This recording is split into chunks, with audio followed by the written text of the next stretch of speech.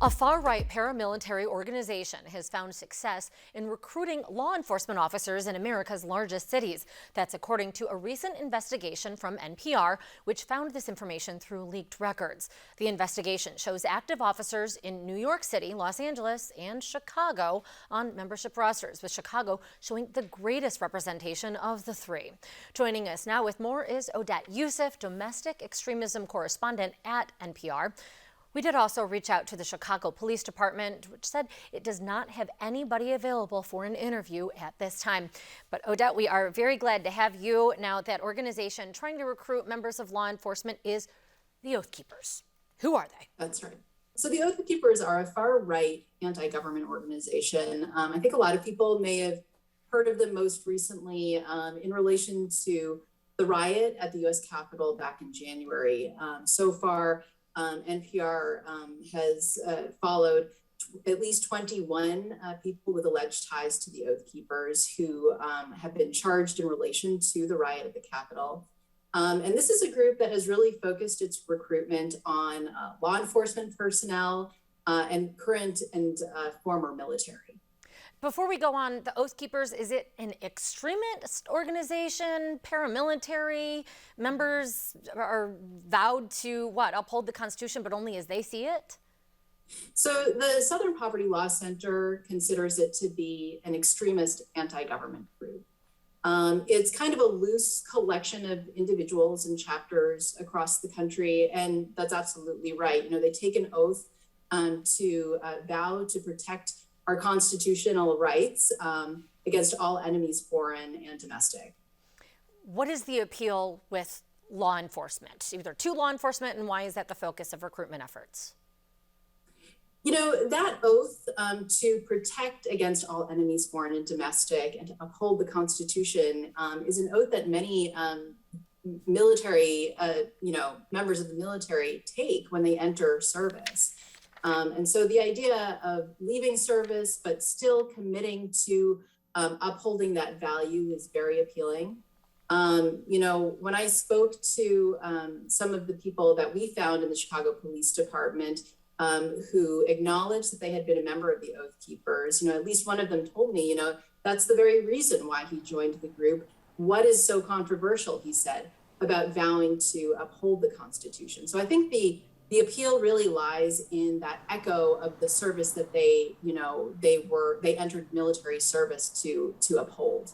So I'll toss that question back to you. What is so controversial about upholding the Constitution? It's as they interpret it. How do they interpret it? So, the thing that experts say is somewhat, problematic when we talk specifically about law enforcement personnel affiliating with a group such as the Oath Keepers is that we have law enforcement, which is part of the executive branch here in the United States, and then we have a judiciary. And when it comes to interpreting the law, deciding what laws are constitutional and which ones are not, that falls to the judicial branch.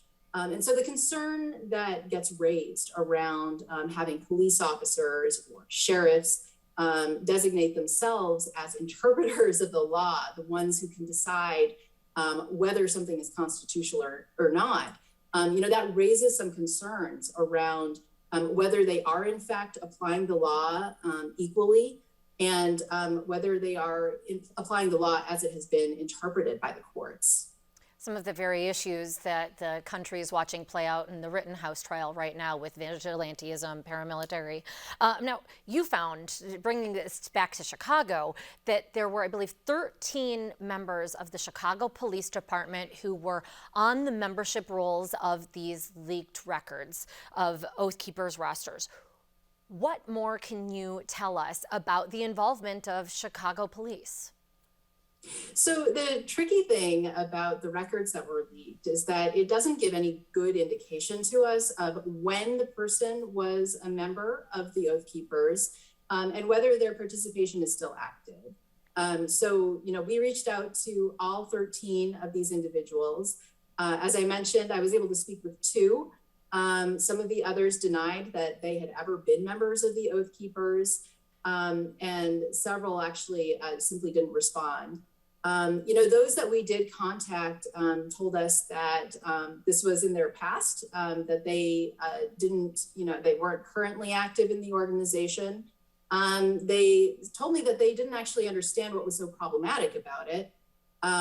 But we were interested to hear their perspective on what were some of the activating reasons that they would have affiliated in the group in the first place.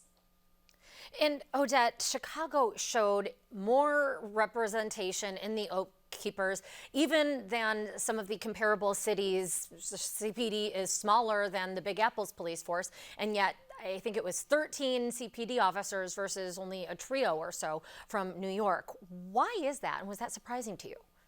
Yeah, that really was surprising to me, Amanda. And I think it comes down to some of the unique dynamics that we have in Chicago when it comes to our police department here. One of the people that I spoke with said that he became interested in the group when, Chicago had enacted a ban on handguns, which was struck down by the Supreme Court about a decade ago. He told me that he had heard of the Oath Keepers from other members of the police department at that time who all felt that Chicago's ban on handguns was unconstitutional. That was his reason for joining it. And I think also, the other thing that's really kind of unique about the Chicago Police Department that we've seen playing out recently is how the department's, largest police union, the FOP, has stood in opposition to some of the city's direction on mandates around vaccines. And so I think the reason we saw, a larger number in the Chicago Police Department really comes down to some of the unique factors around the Chicago Police Department, the politics of some of its members, and some of the sort of controversial hot button issues, such as like vaccine mandates that we're seeing today. And as I mentioned, we did invite members of the Chicago Police Department leadership to come on the program. None were available, but the CPD did say it's initiated an investigation and gave you a statement, including while the CPD members have the First Amendment right to express their personal views, the department has strict rules of conduct prohibiting members from engaging in any behavior that would impede the department's efforts to achieve its goals or discredit the department. So, Odette, any updates on this investigation and where it lies now? Not yet. I will say that, in our story, we did identify one member of the police department who had listed on a LinkedIn page that had the same name as his name, an affiliation with the Oath Keepers. Earlier today, I went back to check to see if that was still the case, and the LinkedIn page had been taken down. So, I think that there is some activity going on now that our story has been put out there. But no update yet from the police department on the status of their investigation. And I'm sure you will stay on it. Our thanks very much, Odette Youssef. Thank you.